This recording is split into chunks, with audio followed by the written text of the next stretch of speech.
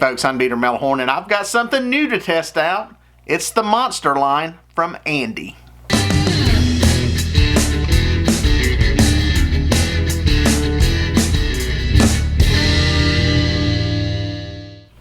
Well folks, as many of you know, if you watch any of my videos, I'm a big monofilament guy when it comes to drifting and dragging and even anchoring for catfish. I like using high-vis yellow monofilament line, and there's really only two you'll see me use. That's Ande line and Melhorn line. Recently I've been running Melhorn, and this reason is kind of simple. I've got a lot of fishing rods, and it doesn't really pay for me to buy little small spools of line. I was having a problem finding these big spools of Ande line in high-vis yellow. I found different colors, but I like high-vis yellow because a lot of times fishing planer boards, multiple rods, anchored, I like to see where my lines are going, especially when you start getting fish close to the boat. It just helps picking out where the lines are very quickly. So I had used Melhorn, it was readily available, and that's what I've been using for probably 2 years now. I bought a huge spool of it, and I've just been burning through that for several years. Recently, a buddy of mine, Jeff Manning, who is a local tournament angler, said he had come across some of this monster line from Ande. He had some in a different color. He tried it out. He really liked it. Did a little testing on it to see where it broke. Like with all Ande line, it's very consistent in where it breaks. And he told me, hey, I like this line.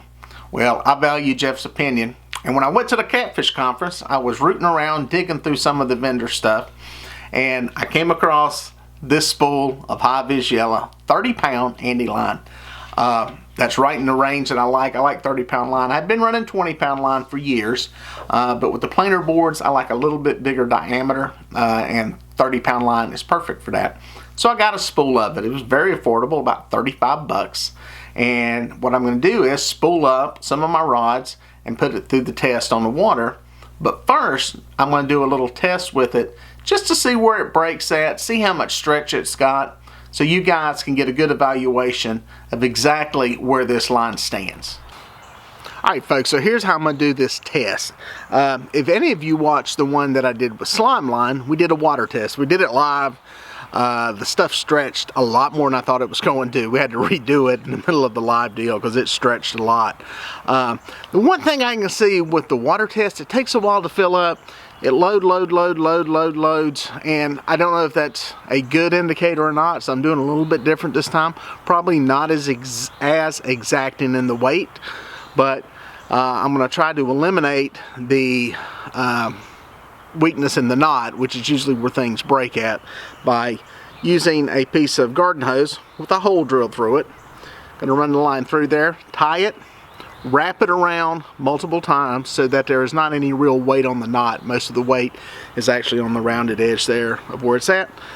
I'm going to have my good old 50-pound Berkeley scale that I use on the boat when I'm fishing, and we're just going to do a pull and record the last recorded weight. I've done several tests just to make sure that this methodology that I have here is going to work, and it seems to work fine. Tried it on some other line, had some extra Melhorn line in there, which I will shoot you a test of also, but I'm going to try it here on this Ande and see how it works out. Alright folks, got it zeroed out. Let's see where it breaks.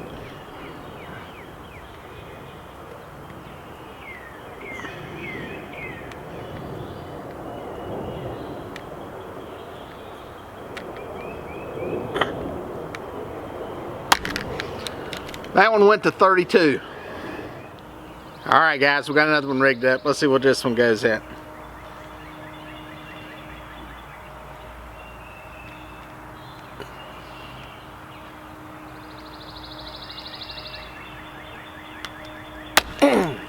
Wow, I got 35 out of that one. Going a little bit higher than what I thought it was going to. Normally I've seen these lines break right at or slightly below what they're rated for, and this Ande line is actually going a little bit above. Alright, got the scale zeroed. Let's do one more.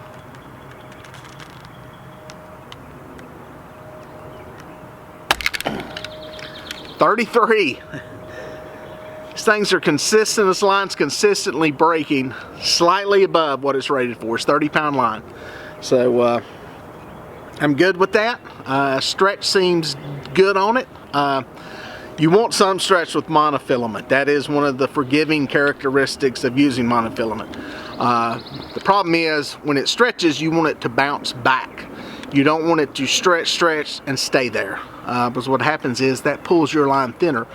So what are my feelings on the line? So far I love it. I like the amount of memory it has when it comes off the spool. It's not all coiled and kinked up, which is very nice. The stretch is very manageable.